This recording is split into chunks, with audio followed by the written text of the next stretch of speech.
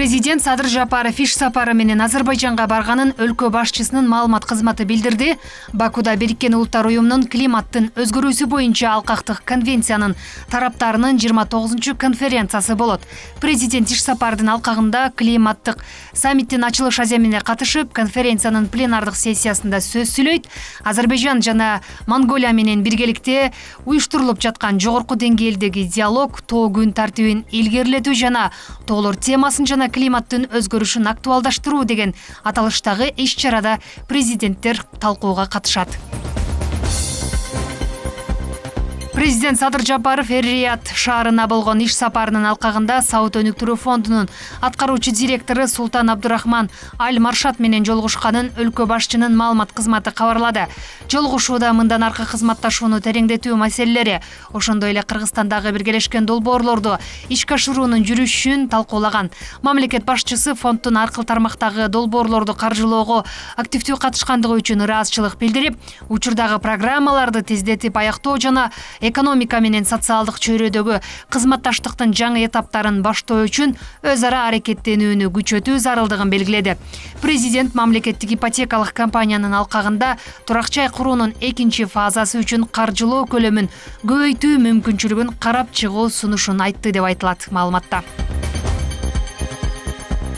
Президент Садыр Жапаров кечээ 11-ноябрда Эр-Риядта Ислам кызматташтык уюмунун кезектеги саммитинде сөз сүйлөдү. Мамлекет башчысы өз сөзүндө уланып жаткан кризис шартында мусулман дүйнөсүнүн ынтымагынын жана тилектештигинин маанилүүлүгүн белгиледи. Ал туура 1 жыл мурун мүчө мамлекеттер Палестина элине карата орун алып жаткан зордук зомбулуктун токтоосун талап кылганын эске салды. Бирок тилекке каршы абал өзгөрбөй, согуш аракеттер жакынкы чыгыш аймагында кеңейип келүүдө деп айтты президент. Садыр Жапаров абалды оңдоо жана чечүү жолдорун аныктоо үчүн аракет көрүп, саммитти өткөрүүгө шарт түзүп берген Сауд Аравиянын жетекчилигине ыраазычылыгын билдирди.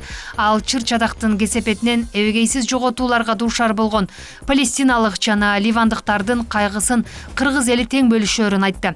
Садыр Жапаров бейкүнөө жарандардын, анын ичинде наристе өспүрүмдөр менен аялдардын курман болуусу эл аралык коомчулук тарабынан кеңири айыпталууга тийиш экендигин баса белгиледи.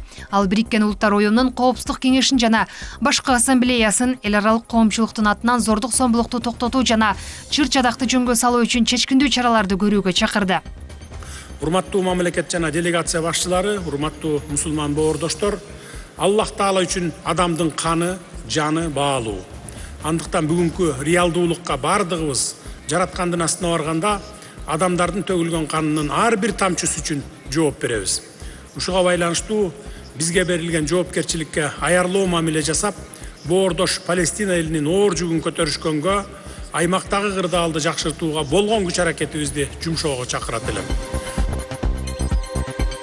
Архитектура, курулуш жана турак жай коммуналдык чарба мамлекеттик агенттигинин жетекчиси Нурдан Орунтаев жер мунапысы боюнча Бишкекте 10 миңге жакын турак жайдын документтери карала турганын билдирди. Бул тууралуу 11-ноябрда Жогорку кеңештин бюджет экономикалык жана фискалдык саясат боюнча комитетинин жыйынында айтты.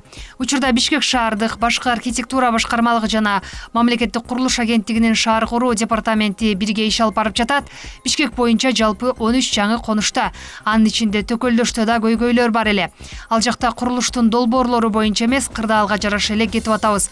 Учурда топографиялык изилдөө иштери бүтүп, жакында кызыл китептерин бере баштайбыз, деди Орунтаев. Мунун алдында депутат Марлен Маматалиев Бишкектеги жаңы конуштардагы жер мунапысы боюнча жүрүлүп жаткан иштер боюнча суроо берген. Кыргызстанда миңдеген гектар жер кагаз бетинде айдоо аянты катары көрсөтүлгөнү менен иш жүзүндө там салынып, ондогон жаңы конуштар пайда болгон. Алардын көбү жарандар 2005-2010 жылдары бийлик алмашуудан кийинки башаламандык учурунда басып алып, кийин ар кимге сатып жиберген.